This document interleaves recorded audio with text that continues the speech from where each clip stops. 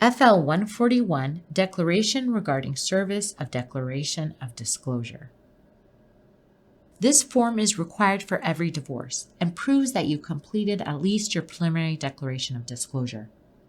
To prepare the declaration regarding service of declaration of disclosure, FL-141, first fill in the caption. The instructions, of course, can be found in our caption tutorial. Once you've completed the caption, select whether you are a petitioner or the respondent and select the box for preliminary declaration of disclosure. If you're doing a final declaration of disclosure too, instead of waiving it, you will do this form twice. The second time, mark the final box. You have to do it on two separate FL-141s, but can submit both with your judgment packet. If you're not doing the final, you submit the FL-144 instead of the second FL-141. Now let's go to number 1. Select whether you are the petitioner or the respondent. If you're using this form for the preliminary, complete number 2.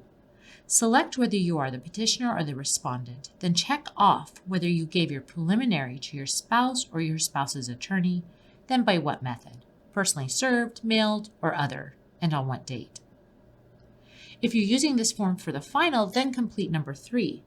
Do this in the same way you did number 2.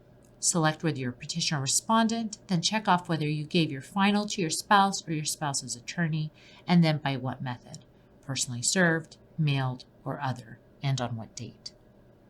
If you're not doing a final declaration, so you're only doing one set, complete number 4.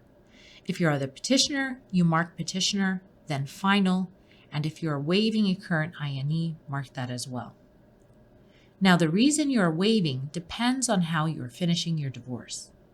Select box A if you both have agreed to waive the final declaration of disclosure. Then select the box to say that the waiver, FL-144, is being filed at the same time as this form. This means that the FL-144 with this form will be sent down together as part of your judgment packet.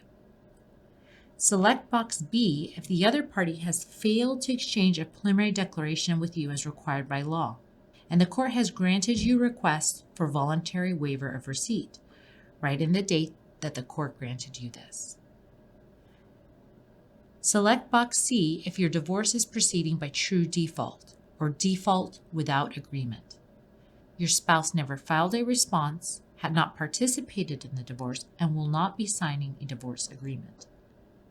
Now you are signing this form under penalty of perjury, so be sure that everything you are declaring to is accurate and true. Date the form, print your name, and then sign.